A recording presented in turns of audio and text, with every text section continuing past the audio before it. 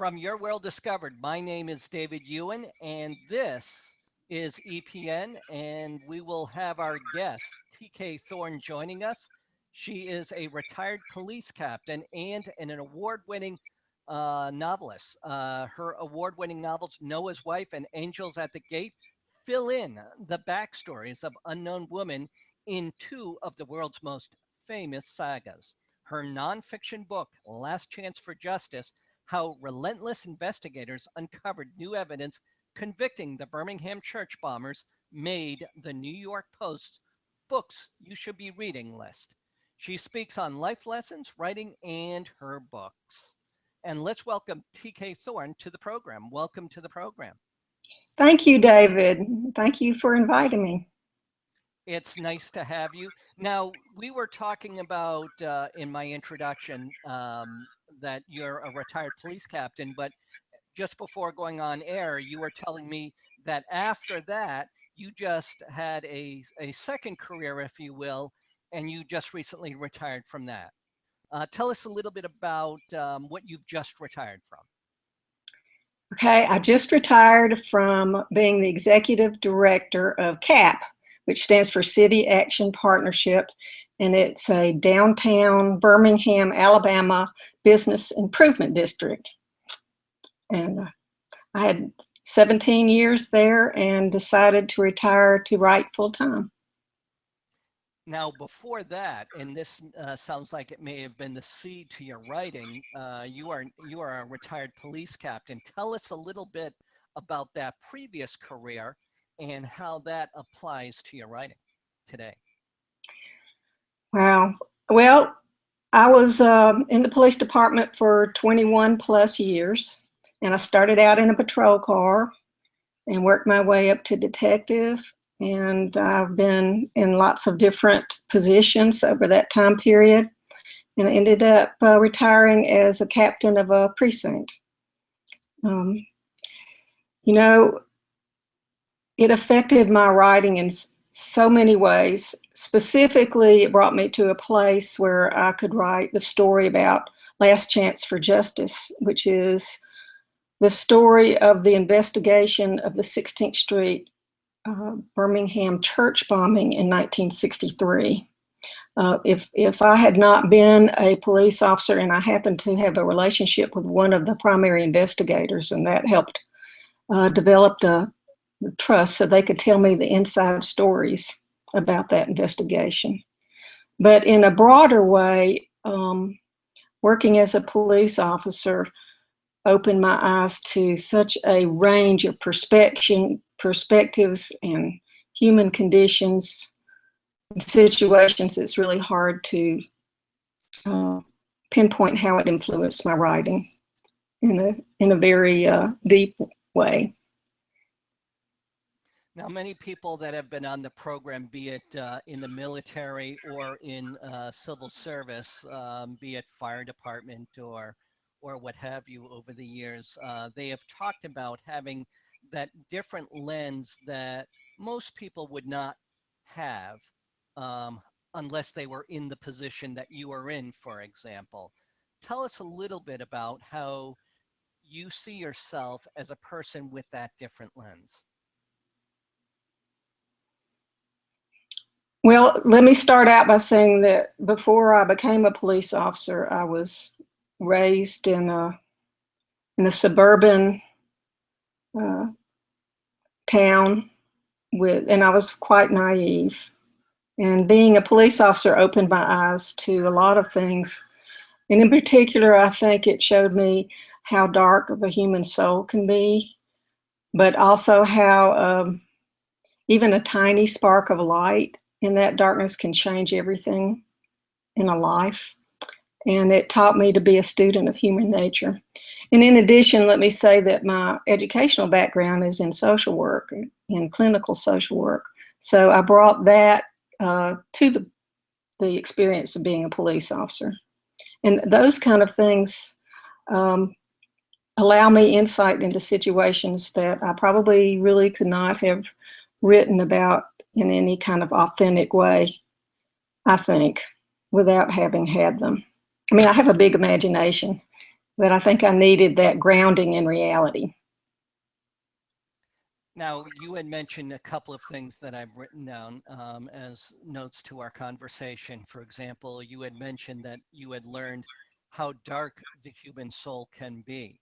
And then you also wrote that, or said, I should say, and I wrote, that your education was in clinical social work.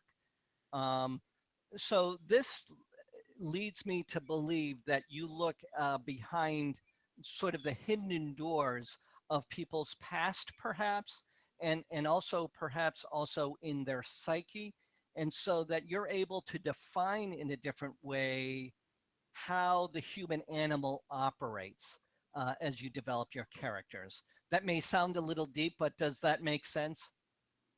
Yeah, oh yes, it definitely makes sense, and that's what I strive to do.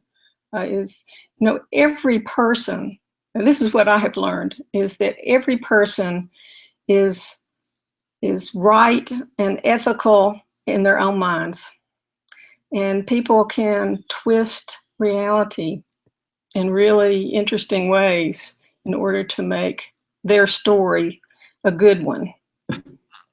And and so that's what you strive to do as a writer, is not to just write shallow characters, but to try to get in depth with how people think and what motivates them, what's important to them. And it's different for every human being. Now, you had mentioned that people define in their own minds what is right. So they have a definition, their own personal definition as to what is right and what is wrong.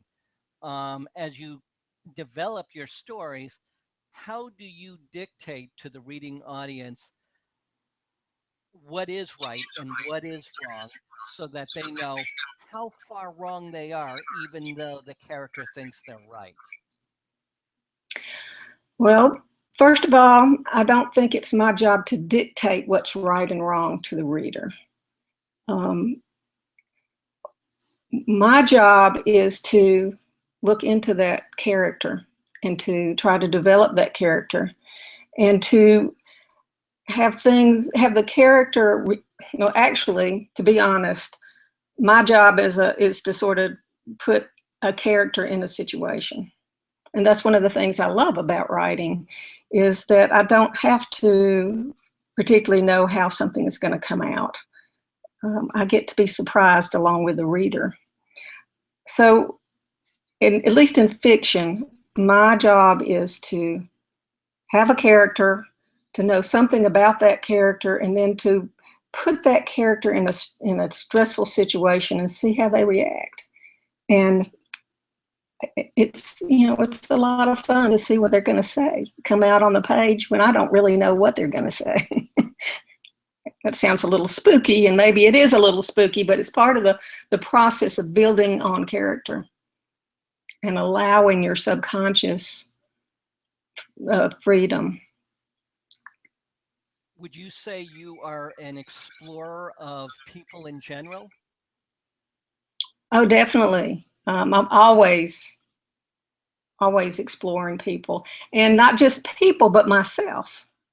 And, I think probably inside of me are all little bits of all the characters that I have ever come up with, or probably ever will. So in some ways, it's about looking into my own dark sides, or my own tendencies to twist something to make myself feel better about what I thought or did, or it's difficult to confront ourselves. And so there's always this little guy or gal sitting on my shoulder who is, I call her the observer. And when something happens, either externally and I react, or internally and I react, that little person is sitting there saying, that's what it feels like to be emotionally distraught in this kind of situation. Remember this when you have to write about it. And it's a kind of a weird third party narrative that goes on all the time as a writer, for me. So it sounds like part of your research is through observation. A sort of a strange question for me to ask. Some people learn about people by writing, such as what you do. Other people have told me that they learn by being a people watcher. For example, they might be sitting at the mall, and while they're shopping at the mall and they sit down and have a cup of coffee, they observe people that walk by them. Are you a people watcher to some extent? Yes, if I'm not daydreaming. I do watch people, and I've heard that, writers will kind of make up things, and I do that too. And I, I look at people and find myself going, oh, what a great character that would be. Remember this, and then I promptly forget it if I don't write it down right away. But I have also learned and I've been writing for almost 40 years. Over that time period, I have learned that anything I put in to the grist mill, if you will, comes out somehow, some way. So notes are good, but then I might forget to look at the notes. So I just kind of relax about the whole thing. And even when I take a walk in the woods, I'm absorbing. And I've learned that the subconscious is very, very powerful, and that we take in an enormous amount of information and processing that we're completely consciously unaware of. But if you allow yourself to relax and let that come back up, that it will. When it's the right time, it will appear. And that's what I love about writing, is I'm constantly surprised. I can laugh at something my characters say that I didn't know was coming. Or sometimes I even, my characters can bring me to tears. And that's when you know you've got something good. Let's talk a little bit about your writing. As you mentioned, you've been writing for about 40 years, and let's discuss a little bit more about some of your more recent works. Okay. Well, my most recent novel is Angels at the Gate. It's the story of Lot's wife. And if you remember, Lot was a character in the Bible, in Genesis, who turned and looked back at the burning city of Sodom. And then her one line is proclaimed, and it says that she turned into a pillar of salt. And so my book is the backstory. It is who that woman is, because we only get a very tiny glimpse of her. And the story, I am not a religious person.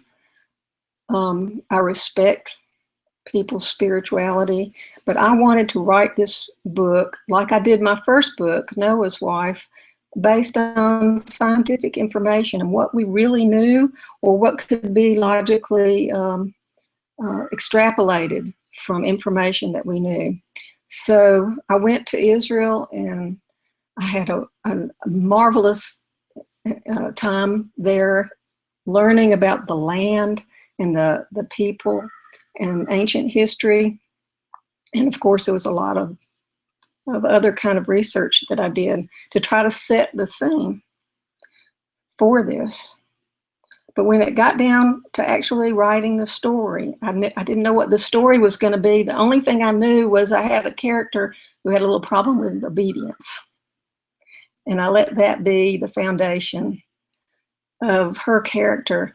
And from there, I had this image of her hiding a puppy in her robes. And so she could have gotten that puppy, it could have been her dog, or it could have been any number of scenarios. But because of the obedience issue, I decided she stole it. And then I had to figure out, well, why did she have to steal a puppy? And then I invented this character, Hiram, the cook, who said he was going to throw the pups in a cooking pot and cook them in the caravan. And she stole the pup to save it. And so that is how starting with a character can build and become a story. And eventually it became a whole novel. It I'm sounded very like for proud of that this you had novel. quite a bit of research. As you mentioned, you had gone to Israel. for your more recent writings over the past few years, maybe past 5 years, would you say that you conduct a lot of research to develop a sense of authenticity? Yes, a lot. So far, each of my 3 published novels have taken about 4 years to write, and that includes the research. The nonfiction book about the church bombing, it started with about a year and a half of weekly interviews with the investigators and built from there. For Noah's Wife, I also went to Turkey, but most of that was just trying to wrap my head around what life was like in very ancient times. And that I used some of that for the story of Lot's wife in Angels at the Gate. And in fact, it's funny you said that, because when I finally finished this last novel, I kind of rebelled and said, I want to write something that requires no research. And so for that, I went back to my police roots, and also my many, many years in Birmingham and love for that city. And I just, I started playing with a concept, and I ended up with a novel about a rookie Birmingham police detective who discovers she's a witch. And I think that may turn into a couple of novels or maybe a trilogy. So that was I call it my fun novel. I didn't have to do research much. I did a little bit, but it was a lot of fun just to be able to write that. Let's talk about your horizons moving forward. It seems that every once in a while it's nice to take a break and not have to do 4 years of research. That is very extensive. Do you think you might be doing more of the fictional writing now that you've developed a good style of character development? Yes, that's my first love. I guess the problem that I have in terms of marketing is that I'm all over the place. I write about what I want to write about and what interests me. And I have always been very eclectic in my interest. Since childhood, I've had an interest in science. And, I was originally a science fiction enthusiast when I was young, and still like it every now and then, but I've branched into many other things. So I've written historical fiction. I'm working on my fun police books. And I also have another work in progress that is another serious nonfiction. And it is about the white allies in Birmingham Civil Rights Days. And that is requiring a lot of interviews and research. But I'm enjoying that. That engages my mind in a whole different way. That's like putting together a giant puzzle piece, as opposed to developing a character and playing with, how they grow and what happens to them. It sounds like you have quite a broad and quite a diverse writing background, especially with there's fiction, there's nonfiction, there's books that are related to an event that happened in the Bible, there's the trip to Israel for the research, and then there's the other books that require less research. What is the best advice to a novice writer, a writer that wants to say, hey, I want to get into writing? What advice would you give that person? I don't think I have anything, brilliantly new to say. I just recently wrote a blog on this and looking at my process and how can I help other writers with that advice. I ended up with, in terms of fiction, my best advice is to go play. But I realized as soon as I say that people might get the wrong idea, because that play, which is so important and to me is the foundation of creativity, is seeped in many years of reading, writing. I have 7 novels in the closet, practice novels, if you will, going to conferences and workshops, critiquing other people and being critiqued. So all of that comes into play, so to speak, when you play. And I think Malcolm Gladwell said it takes about 10,000 hours of anything to become an expert. So have patience and be patient with yourself, and know that, you know, you have to explore, you have to play, you have to step out. But then the other part of your mind, the craftsman part, has to also come into play. That's my best advice. That craftsman, you mentioned an interesting topic. A lot of writers always talk about the process, that it's a process. You talked about your process, especially with the writing that required a lot of research and up to 4 years. Then you had mentioned go play, but that can be qualified for a justified play by way of exploration, and that exploration comes with experience, research, and you had mentioned patience. Would you say the patience is most important? Yes, and you can equate patience with determination. I always tell new writers, when I go talk to writers groups, I have a file. I should have brought it out, but it is literally, it's one of those legal size expandable type files, and it's this big, and it is crammed so full that you literally, I can't get another piece of paper in there, and it's starting to fray. But those are rejections that I've had over my career as a writer, and I kept every one of them. But I show them to other people to try to tell them that the only way you can guarantee failure is to quit trying. So yes, it takes a lot of that.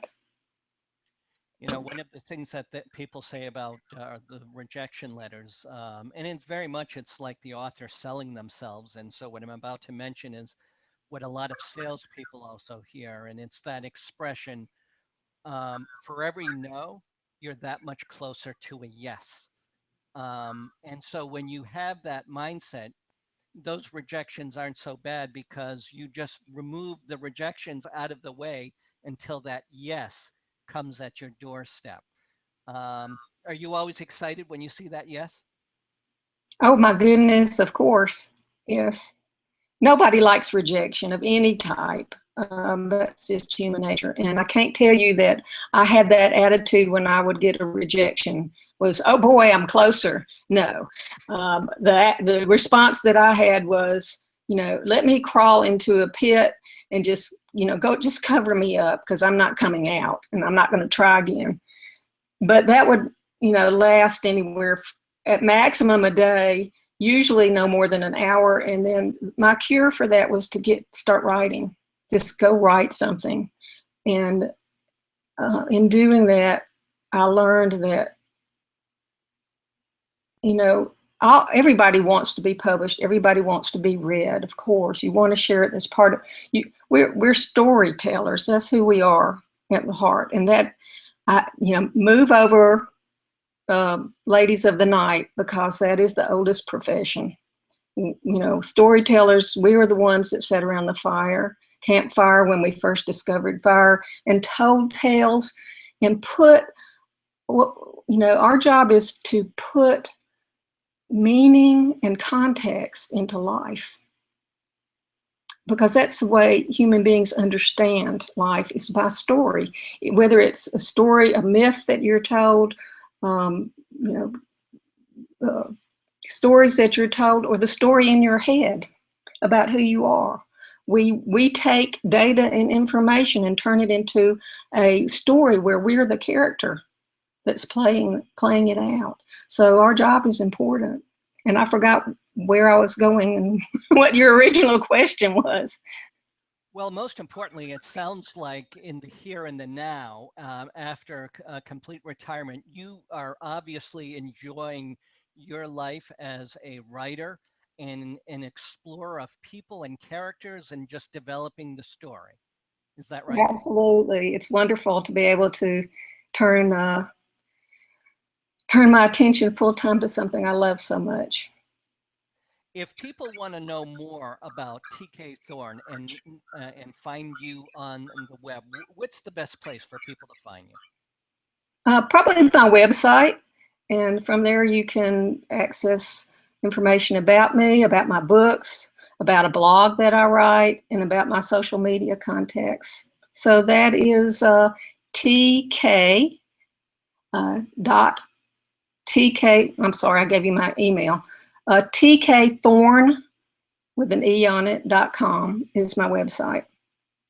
So I'll repeat that. It's TK Thorne, and Thorne is spelled with an E at the end.com. So the full letters, it's www.TKTHORNE.com. You did And better than I did. let's see how well I do. And now everyone's got to get a pen. Get a pen now. There's the paper. There's the paper. There's the pen. So it's again, it's www.tkthorne.com. Again, it's www.tkthorne.com. I did that okay twice. Yes, you did. I'm very, very impressed. That won't always happen, but but I'm happy. Let's just give another introduction. Once again, we are talking with TK Thorne. She is a retired police captain and an award-winning novelist. Her award-winning novels, Noah's Wife and Angels at the Gate, fill in the backstories of unknown women in two of the world's most famous sagas from the Bible. Her nonfiction book, Last Chance for Justice: How Relentless Investigators Uncovered New Evidence Convicting the Birmingham Church Bombers, made the New York Post Books You Should Be Reading list. She also speaks on life lessons and writing and her books. TK, I want to thank you for joining me on Your World Discovered. It's been a lot of fun and a pleasure. Thank you. We'll have you back. We'll have you part of a panel discussion with writers so that we can talk a little bit more about fiction, nonfiction, characters, story development, et cetera, et cetera. Let me just pass on that website once again for TK Thorne. It's www. Do you notice I want to do this the third time correctly? TK THORNE.com. And that brings us to the end of our program. My name is David Ewen. This is Your World Discovered, and this is E.P.N.